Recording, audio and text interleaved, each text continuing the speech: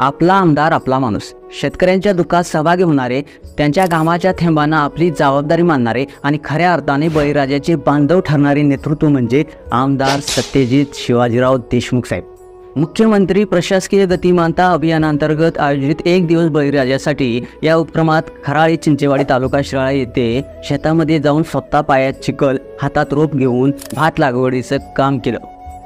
साहेबांनी पॉवर टिलरद्वारे चिखलगट्टा करून शेत तयार केलं आणि वाफ्यामध्ये भात रोपाची लागवड केली. आणि हे करताना कुठेही औपचारिकता नव्हती, होती ती केवळ मनाची बांधिलकी आणि मातीची ओढ. कृषी हा आपल्या संस्कृतीचा आत्मा आहे. शेती वाचवली तर देश टिकेल हे केवळ शब्द नाही तर सत्यजित भाऊंचं जीवन तत्त्वज्ञान आहे. शेतकऱ्यांच्या प्रश्नांना ऐकून घेणं, त्यांचं म्हणणं समजून घेणं, त्यांच्या अडचणींना न्याय देण्यासाठी पुढाकार घेणं हे त्यांचं खऱ्या अर्थानं सर्वसामान्यांचं नेतृत्व असल्याचं वारंवार पुन्हा पुन्हा सिद्ध होते.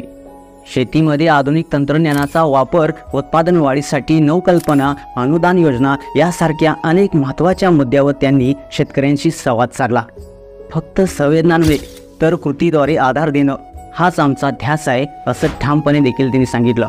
या प्रसंगी माजी सभापती हनुमंतराव पाटील, विकास देशमुख काका, तालुका कृषी अधिकारी किरण पवार, महसूल व कृषी विभागाचे अधिकारी आणि शेकडो शेतकरी उपस्थित होते.